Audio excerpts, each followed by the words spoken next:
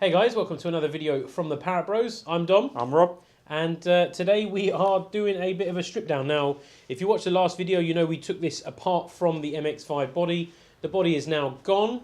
It's been recycled into cans of Coke, hopefully. Well, what was left that wasn't filler. And then, yeah, this is what we're left with. Now, what we're going to be doing is splitting it down because we need most of this, but we don't need a few bits. Like, we don't need this bit of brace here, which crosses between the front and the back. We don't need the rear subframe. All we need is the diff and maybe the housing around it. We need the wheels and we need the uprights and the hubs. We don't actually need these arms. We don't need the suspension. We don't need these braces. We need the calipers. Yeah, we need basically anything that's bolted to that hub we need. Yep. And of course the diff. So what we're going to be doing is removing all the bits that we need from this just to really get the rest out of the way and so that we can clean it, paint it, change gaskets, change oils. Do bearings. And do everything that we can do prior to getting the kit. Because obviously the more we can do now, the less we'll have to do when the kit is here and we can just start bolting what feels like all new bits because we'll have been through it and it'll all be ready. So, before we do that, let's jump into the intro.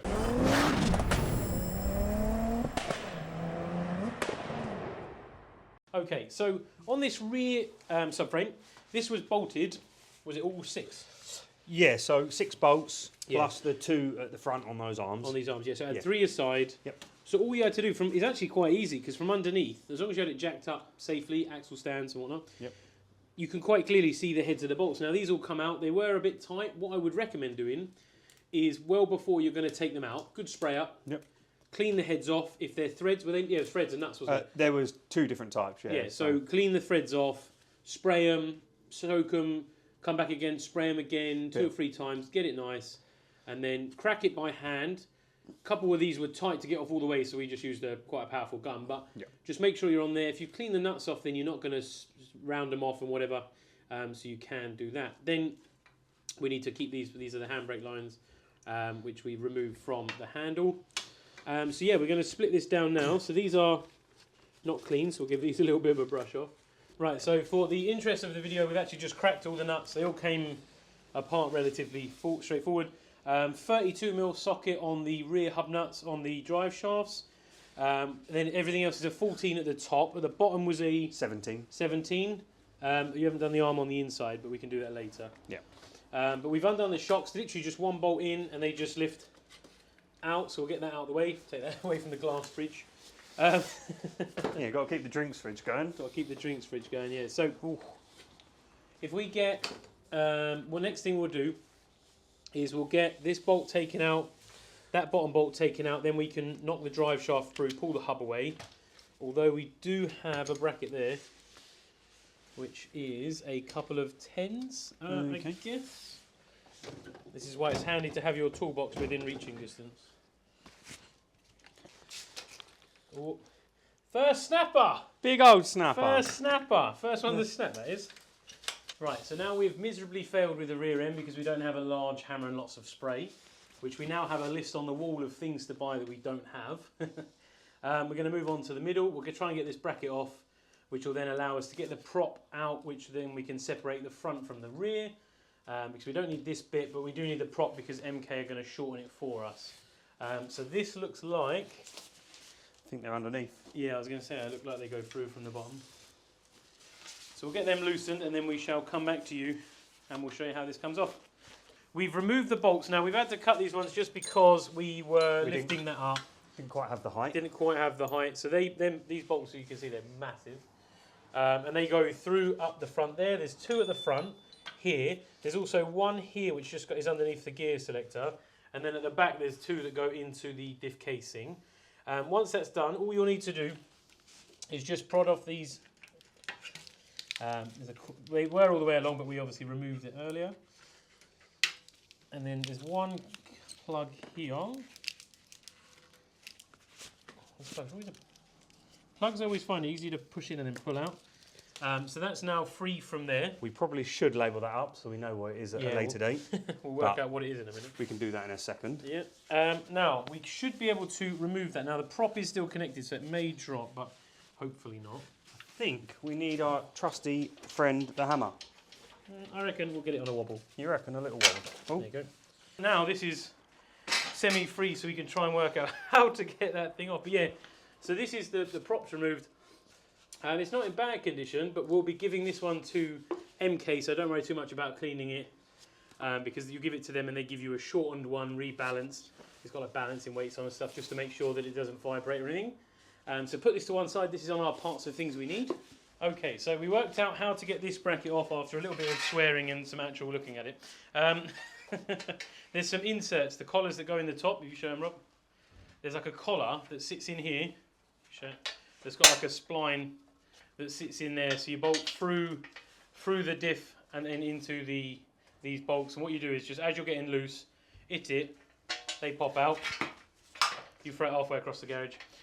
But yeah, that's how they come out. Keep them to one side. I don't think we need them, but it's worth keeping just in case. Afterwards, if you don't need them, off they go. But this can definitely go in the car ready for scrap. This is, I don't know, 5 or 10 kilos probably. So it's a bit more beer money, isn't it? Yeah, a bit more beer money. Fill that fridge. But yeah, so now the rear is separated. We still haven't got the rear uprights off because we need to buy a hammer. It's on our list of tools to buy next time we go to the tool shop. We're just going to have a quick look at the front and see what we can do there. Right, so here is what we need to remove from our donor car. So effectively we are done with the donor. The only thing that we need to take off is the VIN, the ID. Is that right? Yeah, VIN plate. So there's... Yeah, we've got obviously, because we need that because we're using all of these parts. Do we reuse the VIN plate or the VIN number? No. Or how does it work? You have to remove the VIN plate and the VIN number from the car. So then when you scrap the shell, the VIN plate doesn't get registered, like deregistered. So then when you go for an age-appropriate plate, because we've got all these parts and the wire and loom, etc., you can get an age-related plate. But if the car's scrapped already, then you can't. So you just keep it. Because the car doesn't have an engine. Yeah. It's not a car, it's scrap metal. Not, yeah. So we don't have to give a logbook or anything like that. No, you just make sure you cut out all the numbers just so then they don't put it down as that, just in case. Fantastic. Right, so yeah, I mean, go through some of the parts. I'll stick a list in the description. I'll also stick a list on the video in a little while. But that's basically, this is on the MK RX5 page. There's a big list of all the things that you can use. It's all laid out here. I mean, we've got engine, gearbox, rear diff. We haven't got the looms. They're in a box over out the way just because it's spaghetti junction. Injectors, everything related to the engine we've kept, apart from the power steering and the steering column, because we use the one they do a slightly different one because it's slightly narrower. And it's mounted differently. That's the steering rack, isn't it? Rack. The column we use, but they do shorten a piece. But that's about it. We've got the prop, we've got front and rear hubs, manifold. Obviously, these are all engine components. Drive shaft, shafts, handbrake lever. Yeah, handbrake lever, inlet, gear shift, cables, all sorts of brakes. Even though we're probably not going to use the brakes, we've got the brakes. Well, you need the rear cable handbrakes, so we might reuse them, or we might refurbish them. We'll clean them up. See how they are. But we just kind of wanted to show you all they are. I'll give you a close-up in a minute just to show you some of the parts. Now we get to do the fun part of cleaning them all, because obviously the car's going to be new, all the parts are new. We don't want all of this rusty metal in there. It's all surface rust and it will clean up, but we're going to do things like check the boots, check all the CV boots, make sure they're good, because there's no point putting one on that's going to break. Nope. So it makes sense to do it while it's off, because it will take 5 minutes in the vise. Because we're going to get, I think we're going to get bits powder coated, aren't we? Yeah, we're going to get some bits powder coated in the next video or the video after that. So I think we're going to replace all the wheel bearings just to be on the safe side. We know it's done then, that's inexpensive. You don't have to, if your wheel bearings are good, you don't have to do that. Yeah, they're good. But I mean, if we're going to the expense of spending 10 or 11 grand, then it makes sense to spend an extra few £100 on some ancillaries. We're going to paint the engine and the gearbox, the rocker cover, and change all the gaskets. We're going to do a full service. Check the timing belt. We got any record of that? No, there wasn't any record of that. But I think for the price and the accessibility, it'll be worth just doing that. Oh, cool. That's what I'm saying. We're going to do it, because why wouldn't you do it? Why would you not? Off, while it's out. Although in a kit car, it's relatively easy to work on. Yeah. It's a lot easier on this lovely little £40, £50 stand that we have here. So definitely. The diff casing's off, getting welded. That gets strengthened, Yeah, strengthened. Same as the sump and a few other bits. But it's mad how many pieces you use. You can understand why now you're saving £5,000 or £10,000, because obviously a new engine, a new gearbox, a new diff, a new prop, new manifold, new front and rear hubs. Everything adds up. Starter motor. How much is a starter motor? £200 easy, isn't it? It's just, you can understand why a diff, obviously clutch. We might change the clutch. Yeah, possibly. Because we're possibly thinking about turboing it in the future. Gonna strap a turbo on it. Should we strap a turbo? Let's do it. So Let's do it. obviously, once we get it through the IVA, there is the potential. Plus, if we're going to be doing some track days, it's going to see some abuse. So we're going to look into clutches, flywheels, and see what's about, what the money is, and all that kind of stuff. Yeah, definitely. Let's jump onto the other camera, and I'll give you a quick close-up of some of the parts, give you an idea of what it is that we've removed. And then, yeah, that is kind of it. Let's jump onto the other cam. Little 2-cam setup. Yeah, so you can see here we've got the fuel pump, we've got gearbox, we've got loads of engine components, brake shields, brakes, drive shafts. Where's the other? Another 2 drive shafts somewhere else? No. No? 2 drive shafts. Oh, it's not a TT. It's not 4-wheel drive, mate. I forget it's steer from the rear. Quite looking forward to this. Oh yeah, because we did a little donut, didn't I? Did a little donut. Oh yeah. It's life as a TT owner, that is. Yeah, so we got the hubs there. It's just nice to have it all laid out. We got because we didn't have any bags at the time, we've used some paper plates and just written on them. But to be honest, it's always worth, if you're going to take stuff apart, either take photos as you do it and then put it into a bag, make a note of it, because you will not remember, I promise you will not remember in 2 months' time or 3 months' time or whatever, what it is, where it went, and especially when screws are all, bolts are all different sizes, isn't they? Yeah, there's a combination of different size bolts. So definitely worth doing. Organisation is key. If you don't need it, we've got handbrake, what's that? Gearbox bolts, fuel filter, all sorts of just little bits. Anything you can take off, and we've obviously marked up because we're going to be cleaning and painting. Rob's already started getting the old gearbox a bit shiny. Not that it's going to stay like that because it'll get corroded underneath, but it is what it is. It'll get this painted. is the engine. It's a bit mucky. We're going to obviously re-deal with all of these bits. We're going to have a bit of a paint up, a tidy up. But there's not a lot to it, to be honest, once it's off. It's just a bit rough. Give that a bit of a brush off and then get it a paint up. It'll probably look quite nice. Whilst we're here, obviously, we're going to just tidy up things like this, get rid of all that corrosion, just because it's going to make life easier when we come to fit new pipes. If there's corrosion, there's always a potential for a leak. So we'll do all of that. But to be honest, that's kind of where we are. So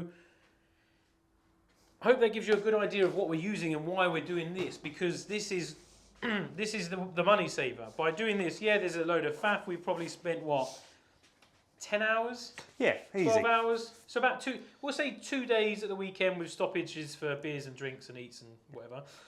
Couple of days of stripping. Yeah. But you save yourself 5 or 10 grand, because how much does the car owe us now?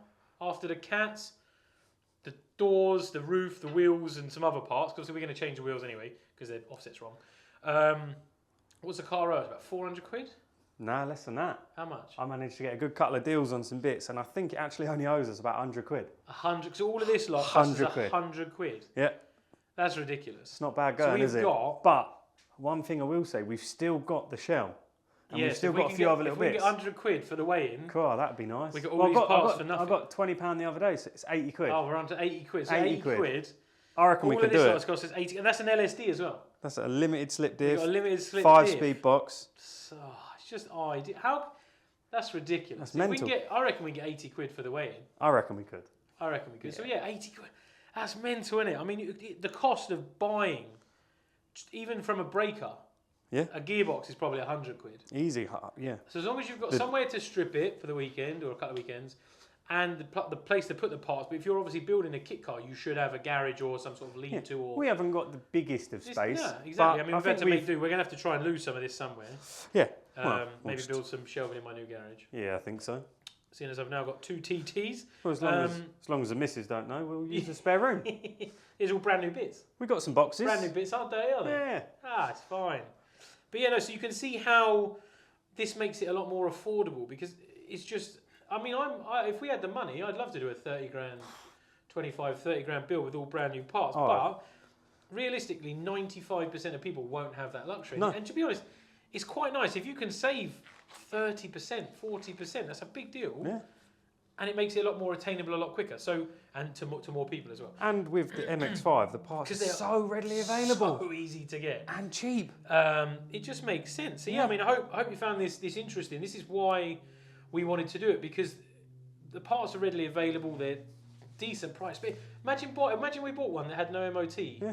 that was a rust box for like 500 quid, you'd be 500 quid in profit. Well, the cat I sold for like 300 quid. So yeah, so if you could get one for 500 quid, there's no reason why you couldn't make money out of it on some of the parts. Doors and wings and that, you'd be laughing. Yeah, so there's definitely some movement for that, but this is why we wanted to do the budget one, because inevitably we don't have endless pots of cash, so it makes sense to be able to keep it reasonably affordable. We say affordable because you are building a brand new car, so it's still right. But yeah, so I guess the next one is we'll prep some parts. That's probably the next video. Yeah, maybe head down to Powder Coaters and see if they'll. Oh yeah. Maybe see if they'll show us the process. I like watching a process. Yeah, that'd be awesome. See if we can do a video on that. What do you guys reckon? Do you reckon we should do a video on the old powder coating, how it works, how they do it, the kind of prep and all that kind of stuff? I know I'm interested. Yeah, that'd be nice. We'll see what we can do. Lovely stuff. We'll see you on the next one, guys. I'm Dom. I'm Rob. Bye for now.